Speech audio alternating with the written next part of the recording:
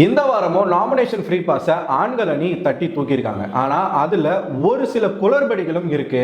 ஏமாத்தி ஜெயிச்சிருக்காங்க, முத்து வந்து ஒரு ஃப்ராடு வேலை பண்ணியிருக்காரு அப்படின்னு நிறைய ட்விட்டரில் வீடியோஸ் வந்ததை நான் பார்த்தேன். ஸோ அதை பற்றி இந்த வீடியோவில் பேசுவோம். ப்ளஸ் யாருக்கு நாமினேஷன் ஃப்ரீ பாஸ் கொடுத்துருக்காங்க அப்படிங்கிறதையும் பார்ப்போம். இன்னைக்கு காலையிலேருந்து என்ன நடந்துகிட்டு இருக்கு அப்படின்னு பார்த்தீங்கன்னா, இன்னைக்கு வீக்லி டாஸ்க் ஒன்று கொடுத்தாங்க. அது மட்டும் இல்லாமல் டெய்லி டாஸ்க் ஒன்று கொடுத்தாங்க. வீக்லி டாஸ்கில் இந்த ராஜாராணி டாஸ்க் இருக்கு இல்லையா, அதுக்குள்ள ஒரு டாஸ்க் கொடுக்குறாங்க. அது என்ன அப்படின்னா, இந்த 2 ராஜாங்கம் இருக்கு இல்லையா, அந்த 2 ராஜாங்கத்துக்கும் பொருள் ஈட்டுவதற்காக நீங்க வந்து ஒரு டாஸ்க் விளையாடணும். அந்த டாஸ்க் என்ன அப்படின்னா, கார்டன் ஏரியால ஒரு பெரிய களிமண் ஒரு மலை மாதிரி நாங்கள் வச்சுருப்போம். ஒரு பெரிய ஸ்ட்ரக்சரில் இருக்குது. அதை நீங்கள் முதல் பஸர் அடிக்கும்போது போய் சேகரிக்க போகணும். 2வது பஸர் அடிக்கும்போது நீங்கள் சேகரிச்சுட்டு வந்துடணும். அதன் பிறகு குறிப்பிட்ட டைம், அதாவது ரொம்ப நேரம் இந்த டாஸ்க்கு போச்சு, என்ன பண்ணுறாங்க அப்படின்னா, அவங்களுக்கு என்னெல்லாம் கிரியேட்டிவிட்டி இருக்கோ அதை யூஸ் பண்ணி அந்த களிமண்ணை வச்சு நிறைய பொருட்கள் செய்யணும். பொம்மை செய்யலாம், நிறைய விஷயங்கள் செய்யலாம். ஆனால் எதை மட்டும் செய்யக்கூடாது, கடவுள்களுடைய சிற்பங்களை மட்டும் செய்யக்கூடாது. அதை தாண்டி நீங்கள் என்ன வேணாலும் செஞ்சுக்கலாம் அப்படின்ற மாதிரியான ஒரு டாஸ்க்கை கொடுக்குறாங்க. கேர்ள்ஸ் சைடில் இது யாரெல்லாம் விளையாடுறாங்க அப்படின்னு பார்த்தீங்கன்னா, சத்யா, அதன் பின்னாடி ஜாக்லின், வர்ஷினி, அன்ஷிதா, இந்த 4 பேர் விளையாடுறாங்க. பாய்ஸ் சைடில், அதாவது இந்த டாஸ்க் யார் விளையாடணும்னா, பொதுமக்கள் தான் விளையாடணும். இந்த 2 ராஜாங்கத்தில் இருக்கக்கூடிய மக்கள் மட்டும்தான் விளையாடணும். வேற யாரும் அரசாங்கத்தை சேர்ந்தவர்கள் விளையாடக்கூடாது. ஆண்களில் பார்த்தீங்கன்னா மீதி இருக்கக்கூடிய ஆட்கள் முத்துக்குமரன், அருண், அப்புறம் இவங்க ஆனந்தி, அதுக்கப்புறமா இவர் சிவகுமார், இந்த 4 பேர். ஆக்சுவலாக இங்கே 5 பேர் இருக்காங்க ரஞ்சித்தோட சேர்த்து.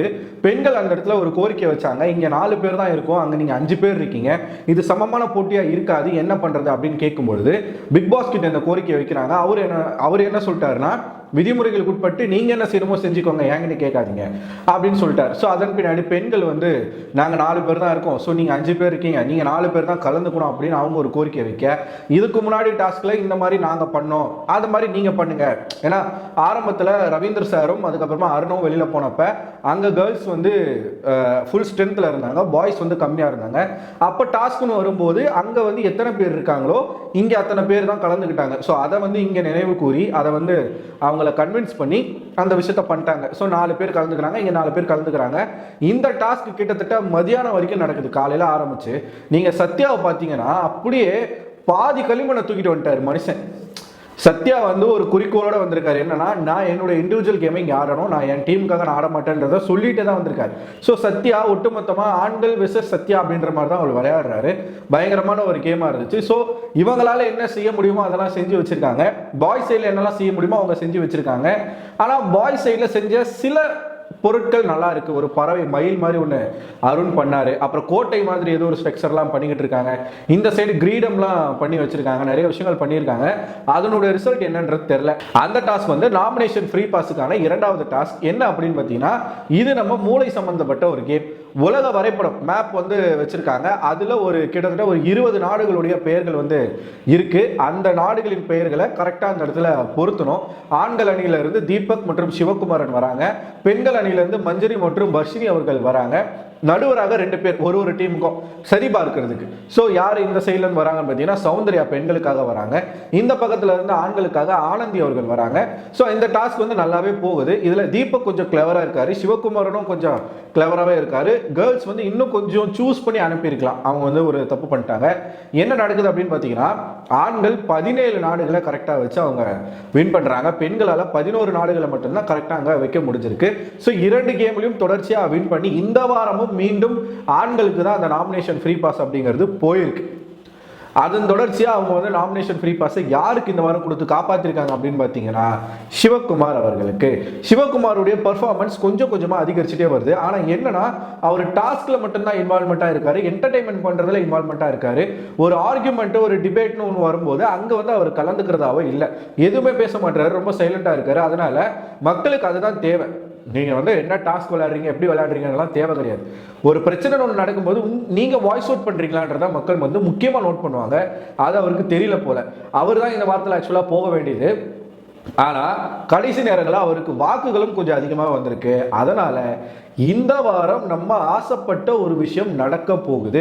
அதாவது ரொம்ப நாள் கழிச்சு இந்த நபர் போகணும் அப்படின்னு மக்கள் திட்டமிட்டு ஸ்கெட்சு போட்டு இவங்க போகணும்னு சொல்லி ஆசைப்பட்டு ஒருத்தவங்களை அனுப்ப போகிறாங்க. அந்த நபர் தான் இந்த வாரம் வெளியேறவும் போகிறாங்க. ஏன்னா அவங்களுக்கு ஓட்டிங் அப்படிங்கிறது சுத்தமாக வரல. அஃபிஷியல் பற்றி தெரியல. அன்அஃபிஷியலில் ஓட்டே இல்லை. கடைசியில் ரொம்ப பரிதாபமான நிலையில் வந்து இருக்கிறாங்க. ஆனால் கடைசி நேரத்தில் மகாராஜா காப்பாற்றுவாரான்னு தெரில. மகாராஜான்னு சொல்லும்போதே உங்களுக்கு தெரிஞ்சிருக்கும், இந்த வாரம் பயங்கரமான ஆப்பு சாச்சனாவுக்கு தான் இருக்குது. ஏன்னா கடைசியில் சாச்சனா தான் இருக்காங்க இப்போ வரைக்கும். ஸோ இது வந்து நம்ம என்ன ஆகுதுன்றத பொறுத்து இருந்து பார்க்கணும். ஆனால் ஒன்றுங்க, இந்த டாஸ்கில் அந்த பொண்ணை வச்சு செய்கிறாங்க. இது கண்டிப்பாக வீக்கெண்டில் விஜய் சேதுபதி ஒரு பெரிய இஷ்யூவாக எடுத்து பேச போகிறாரு. எல்லாருக்குமான ரோஸ்ட் அப்படிங்கிறது இருக்கும். சௌந்தர்யா கூட வாங்கினா வாங்குவாங்க. ஏன்னா அந்த அக்கறை சர்க்கரை உங்கள் டீமே நீங்கள் கலாச்சிங்கன்னா எப்படின்ற மாதிரி கேட்டாலும் கேட்பாரு. பாப்போம் பொறுத்து இருந்து என்ன நடக்குதுன்னு சொல்லிட்டு. ஒருவேளை சாச்சனா எவிக்ட் ஆகுறாங்க அப்படின்னு உறுதியாயிருச்சுன்னா எல்லாரையும் செஞ்சுட்டு தான் சாச்சனம் அனுப்புவார். அது மட்டும் நல்லாவே தெரியுது. இதுல முதல் டாஸ்க் பார்த்தீங்கன்னா ஆக்டிவிட்டி ஏரியால நடந்திருக்கும். அந்த டாஸ்க்ல வந்து அதான் சொன்னால அந்த கிளாஸ்ல கோலி குண்டை வந்து உருட்டிக்கிட்டே போயிட்டு ஒரு பவுல்ல வந்து போடணும். இதுல பிக் பாஸ் வந்து சொல்லிக்கிட்டே இருப்பாரு, அந்த கண்ணாடி கிளாஸ் வந்து கீழே பார்த்த மாதிரி இருக்கணும், அதை வந்து தூக்கி பிடிக்க கூடாது அப்படின்றத சொல்லிக்கிட்டே இருப்பார். ஆனா அதை வந்து ஒரு இடத்துல கேர்ள்ஸ் டீம்ல மஞ்சரி அவர்கள் மீறி இருப்பாங்க. மஞ்சரி கிடையாது, தர்ஷிகா அவர்கள் மீறி இருப்பாங்க. அந்த கோலி குண்டை கேன்சல் பண்ணியிருப்பாரு பிக் பாஸ். நல்லா நீங்க அந்த டாஸ்க் ரிமைண்ட் பண்ணி பார்த்தீங்கன்னா தெரியும். முத்துக்குமரன் தான் அந்த டாஸ்க்கு நடுவராக இருந்தார். இந்த சைடு வந்து ஒரு கோலி குண்டை, ஏன்னா இவங்க 4 கோலி குண்டு, அவங்க 5 கோலி குண்டு அப்படிங்கிற மாதிரி தான் இருந்துச்சு.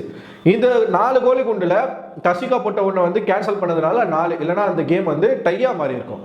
ஆனா அதே மாதிரி தான் ராணவ் அவர்களும் அந்த கோலி குண்டை அந்த கிளாஸை வந்து கொஞ்சம் மேலுக்கா தூக்கிட்டு போய் போட்டிருக்காரு. ஆனா அதை பிக் பாஸும் கண்டிக்கல. முத்துக்குமரன் ஜட்ஜா இருந்து அவரும் அதை நோட் பண்ணி சொல்லல. அவரு போட்ட அந்த கோலி குண்டை மட்டும் அக்செப்ட் பண்ணியிருக்காங்க.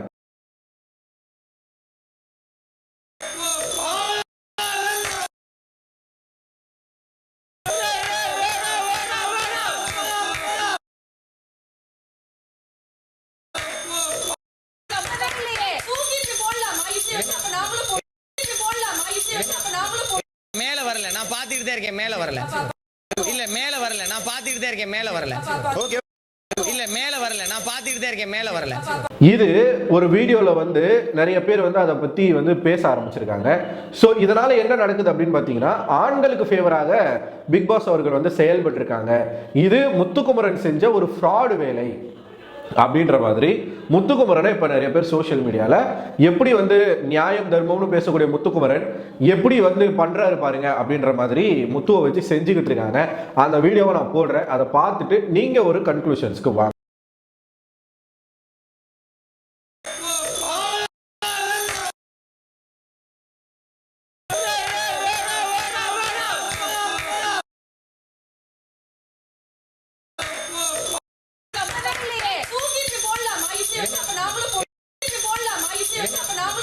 மேல வரல, நான் பாத்துக்கிட்டு தான் இருக்கேன். மேல வரல, இல்ல மேல வரல, நான் பாத்துக்கிட்டு தான் இருக்கேன். மேல வரல, ஓகே, இல்ல மேல வரல, நான் பாத்துக்கிட்டு தான் இருக்கேன். மேல வரல. பொறுத்திருந்து பார்ப்போம். உங்களோட கருத்துக்கள் என்ன அப்படின்றத கமெண்ட் பாக்ஸ்ல கமெண்ட் பண்ணுங்க. தொடர்ச்சியா ஆண்கள் வின் பண்ணிக்கிட்டே இருக்கிறதுக்கான காரணம் என்ன, உங்களுக்கு எதனா தெரிஞ்சா சொல்லுங்க. அடுத்த ஒரு வீடியோல உங்களை சந்திக்கிறேன். அதுவரை உங்களிடமிருந்து விடைபெறுவது நான் அரவிந்தன்.